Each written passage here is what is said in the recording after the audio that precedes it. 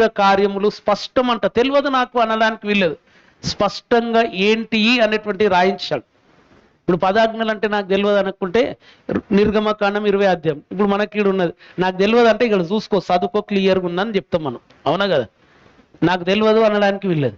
ఇప్పుడు పౌలు భక్తుడు కూడా శరీర కార్యాలంటే నాకు తెలియదు బ్రదర్, నిజంగా ఇవన్నీ తెలిసింటే నేను అవి చేయకపోతున్నా అంటే ఇక్కడ ఉన్నాయి స్పష్టంగా రాసి ఇచ్చిండు, చదివి వాటికి దూరంగా ఉండు. ఏంటిదంట? జారత్వం. జారత్వము అనగా లైంగిక అనైతికమైనటువంటి జీవితం. ఇంకో మాటలో చెప్పాలంటే వివాహేతర సంబంధం.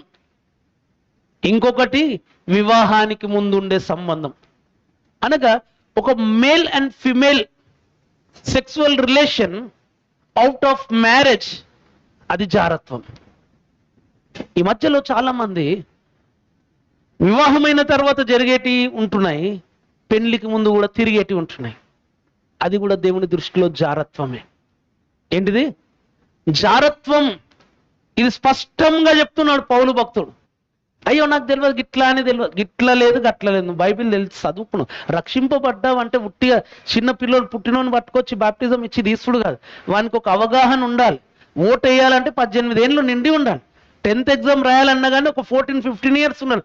చిన్న పిల్లని పట్టుకొచ్చి అయ్యో ఫెయిల్ అయినా, ఎందుకంటే నాకు బలవంతంగా రాపిచ్చారు, నాకు చదివే తెలివే లేదు, రాపిచ్చారు, నాకు ఎవరిని కొట్టొచ్చిన, నాకు జ్ఞానమే లేదు.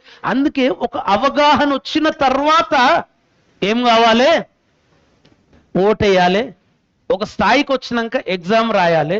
రక్షణ కూడా ఎవడో బలవంత పెడితే కాదు, ఒక అవగాహన రావాలి. ఏది మంచి ఏది చెడు వాళ్ళు చెప్పినందుకు నేను నమ్ముకున్నా, ఆయన మునుగుమంటే మునిగిన, లేవమంటే లేచిన కాదు.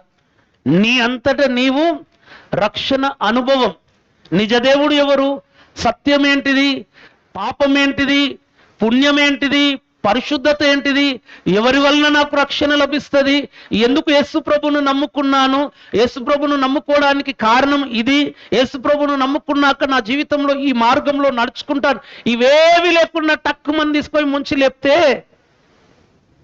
పోయిన నెల జరిగిన దానికి మన దానికి తేడా ఉండదు. మునిగి లేపడానికి రక్షణ వస్తే అందరిని ముంచి లేపుతా, నాకు తెలిసిన వాళ్ళందరినీ. అట్లా ఇవ్వనికి రాదు రక్షణ. ఒక అవగాహన కావాలి. తను ఎవరు, ఎందుకు యేసు ప్రభు దగ్గరకు వచ్చాడు, యేసు ప్రభు ద్వారా తనకి ఏమి కలుగుతున్నది, యేసు ప్రభు ద్వారా నువ్వు పొందుకుంటున్నావు మంచిదే, మరి నీవు ఎలాగో యేసు ప్రభు కోసం జీవిస్తావు. ఈ ఆలోచన అవగాహన లేకుండా వచ్చేది రక్షణనే కాదు. అలాగే పాపం అంటే నాకు తెలియదు, జారత్వం అంటే తెలియదు, శరీర కార్యాలంటే తెలియవు అంటే అసలు నువ్వు మనిషివేనా అని వచ్చి చెప్పాలంటే. ఎందుకంటే మనం కొన్నిసార్లు ఫూలిష్ మాటలు మాట్లాడతాం. ఫూలిష్ మాటలు మాట్లాడే వాళ్ళని నేను అంటాను, వాళ్ళు ఫూలిష్లు కాదు, వినేటోని ఫూలిష్ చేస్తున్నారు అని అర్థం. ఆడ జారత్వము తెలియనోడు ఇవ్వలేడు. ఈరోజు సోషల్ మీడియా చేతిలోనికి వచ్చింది, చాలా మందిని చెడగొడుతున్నది. ఏం చేస్తున్నది? సోషల్ మీడియా చేతిలోనికి వచ్చి అపవిత్రమైనటువంటి రిలేషన్స్, ఇవి చాలా మందికి అదొక మామూలు అయిపోయింది. కానీ క్రైస్తవుడు ఎప్పటికీ పరిశుద్ధంగా ఉండాలని దేవుడు కోరుకునేవాడు. పాపం విషయంలో రాజీ పడేటువంటి వాడు కాదు మన దేవుడు. బైబిల్ ఒకటే స్పష్టంగా చెప్తున్నది, ఆయన పరిశుద్ధుడు గనుక మీరు కూడా వేరేడు ఎవ్వడు ఎటన్నబోని నీకు అవసరం లేదు. నీ మట్టుకు ప్రపంచమంతా అటుపోతుంది, నేను అటుపోతా అనడానికి వీలు లేదు. నువ్వు ప్రపంచంలో ఒంటరిగా ఒక్కని మిగిలిపోయినా పర్వాలేదు, పరిశుద్ధత విషయంలో రాజీ పడడానికి ఎట్టి పరిస్థితుల్లో బైబిల్ అనుమతించదు. జారత్వము అనేటువంటిది పౌలు భక్తుడు చెప్తున్నాడు, అది శరీర కార్యం. పౌలు భక్తుడు కొరింథీ సంఘానికి రాస్తూ వేదనతో అంటాడు, మీలో జారత్వం ఉన్నదని నాకు వినబడ్డది అంటాడు. చాలా వేదనతో ఖండిస్తాడు. అట్టి వాణిని ఏం చేయమంటాడో తెలుసా?